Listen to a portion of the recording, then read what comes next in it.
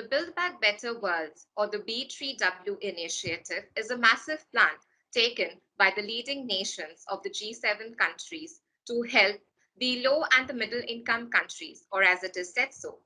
However, an interesting point comes here as the B3W is now getting to slowly be considered as a parallel plan to counter China's Dream for Belt and Road initiative.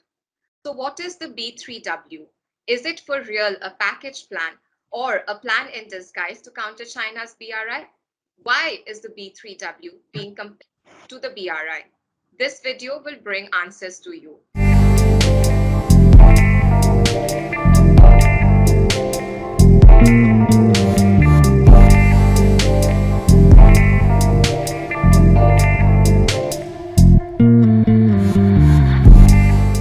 Greetings to all. Please join me in welcoming Professor Kristen Brianna Patel from the University of Syracuse. Professor Patel, welcome and thank you for joining us today. Let's begin with the first question. So, can you please explain by what the Build Back Better World initiative is, as it's very new and there's not a lot of research which has been done. So, can you start by explaining it? The Build Back Better World, or B3W, which is what I'll refer to it today. It's a new global initiative with an ambitious vision. It has agreed upon approach. It's not a concrete plan yet. So it is an international partnership. It was initiated by President Biden of the United States and the EU Commission President Ursula von der Leyen.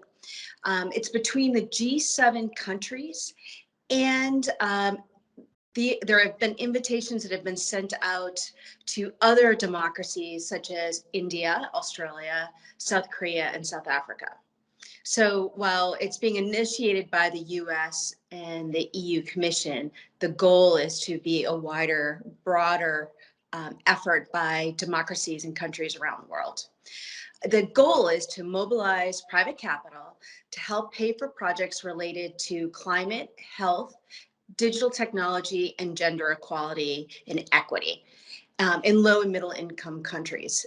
So for example, projects might include, let's say, a vaccine manufacturing hub in Africa or a solar farm in Yemen, for example. The G7 hopes to narrow the $40 trillion gap that's needed for infrastructure projects worldwide, and by 2035. So that's what it is. Just as a follow-up question, so how have you perceived the notion of Build Back Better so far? So you can really only focus on the policy framework because it isn't concrete. And so this effort, this initiative, is really consistent with other initiatives by the G7 over the years. So, for example, back in 1989, there was a big push to counter money laundering and drug trafficking worldwide. And so the G7, and I believe it was pushed initially by the US, basically created this initiative, created a task force, which is now actually comprised of 200 countries, that was really successful and helped establish international financial standards and norms related to money laundering. And I see this effort kind of in that vein, where the G7 started it, and then it's really to be a worldwide effort to be able to take and pool funds to help developing countries in order for these big major projects. The Build Back Better World, or B3W as it is said, will be a changing force into making a world which is resilient. So there will be an investment of millions and trillions of dollars to revive the world in almost every essential parameters, like you have mentioned. So do you feel there is an underlying hidden US hegemonic intention? If yes, what is it? Well, I would say the intent is not underlined. It's pretty straightforward. It is an effort by the G7. It was initiated by the US and the EU Commission, but it is really in the vein of bringing democracies together for a common good. And it's really a global effort to support welfare projects and sustainable development, which it really hasn't, the G7 really hasn't done for several years. This was not a priority. I did a review of the G7 national strategy documents. So with the United States, the UK, Germany's, Canada's, and others. And I wanted to see if the priorities for all the countries were the same and were consistent with the B3W, and they all are. So all of the G7 countries have been focusing on these issues now for at least the past year or two. And now what they'll be able to do, because all the countries are focusing on the same thing, is being able to focus their efforts together, which means that there's economies of scale and they can do more. So would I say it's something to do with the US and just in terms of where the US wants to go or its strategy? Sure, but it's not unique in that sense. Okay. The next question is that the B3W is also set to, benefit the low income and the middle income countries, and it has already set out an assessment of what can be expected. But apart from this category of countries, what comments do you have for the Eastern Partnership countries as well, which have also faced tremendous recession due to the COVID-19 pandemic? So like the G7's plan, the EU and the Eastern Partnership countries have a 5-year strategic policy goal plan, which is consistent with the B3W initiative. So consequently, this will allow the EU and EAP countries to be able to help fund for projects that it already wants to do under a larger umbrella, which means that the EU and EAP countries can leverage funding coming from non-EU countries to help pay for projects that is under the EAP EU. Okay. The G7's B3W seems to be all about giving back to the communities and domains which have suffered. And there's a little reading between the lines. However, to try to not to beat around the bush, I'll come to the point that a China angle is being played here.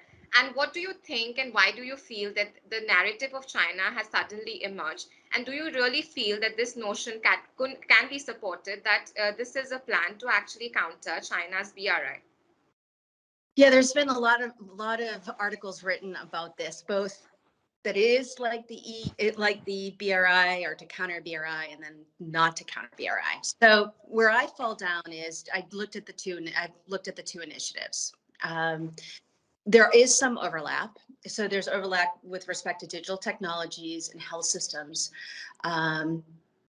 And the two initiatives might be more complementary because there are things that the B3W are going to focus on, such as funding women's businesses that are not a priority. Gender equality and racial equality are not a priority in any of the BRI projects. The BRI projects are largely big physical infrastructure projects, such as roads and ports, which are desperately needed in some parts of the world. And well, the B3W is really focusing on human infrastructure projects. And so doesn't mean that there can't coexist. In terms of how it's going to play out, right now, BRI is a China strategy. The goal is to benefit China. It focuses on building trading and financial sector infrastructure projects. It only involves Chinese state-owned enterprises. It leverages private sector funding, so like bank funding, in participating countries. China requires that the BRI projects only hire Chinese firms exclusively. So it doesn't benefit the local economies in that way. So you don't hire local staff or local workmen to work in these projects. It's only Chinese nationals who are coming into the country and building these projects. That in contrast, the B3W is not not going to be doing it that way. The whole project promotes multilateralism, really promoting good governance and private sector involvement.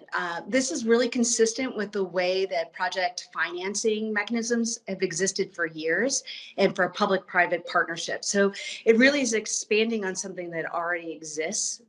And in all those projects, it is to benefit not only for the project itself, for example, like a road, but it's also to hire the people from the local population.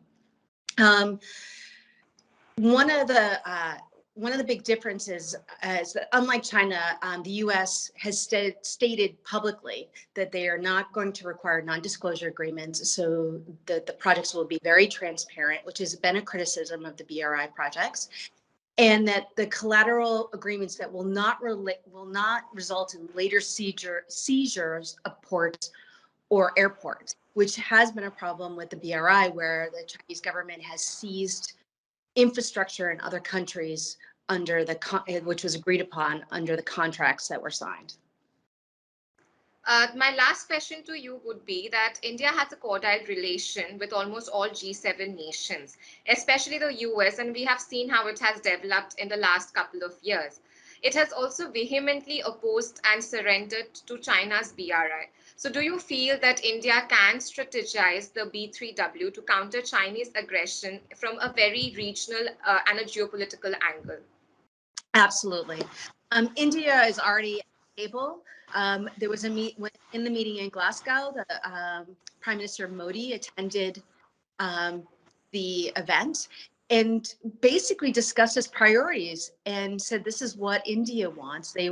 He stated that India needs climate resilience, incorporating traditional knowledge, prioritizing the poor and vulnerable, and sustainable and transparent funding, which is all consistent with the B3W initiative. So I think the expectation is that not only will India be at the table, India will be a very active participant and lead some of the effort.